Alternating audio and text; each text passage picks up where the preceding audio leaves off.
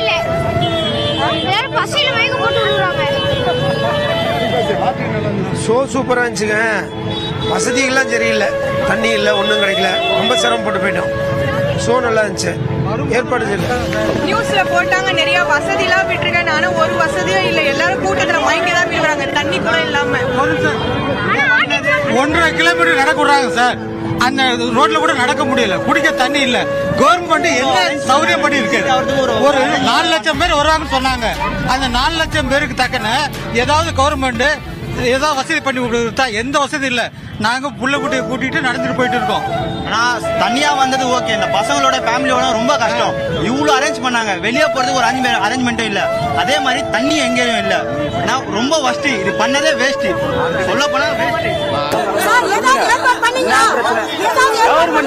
சொல்லுங்க, நான் மீடியா சொல்லுங்க. என்னன்னா அவன் ஒரு பள்ளிக்கு கூட காப்பாற்ற முடியல. கண்டிப்பா நான் அவனுக்கு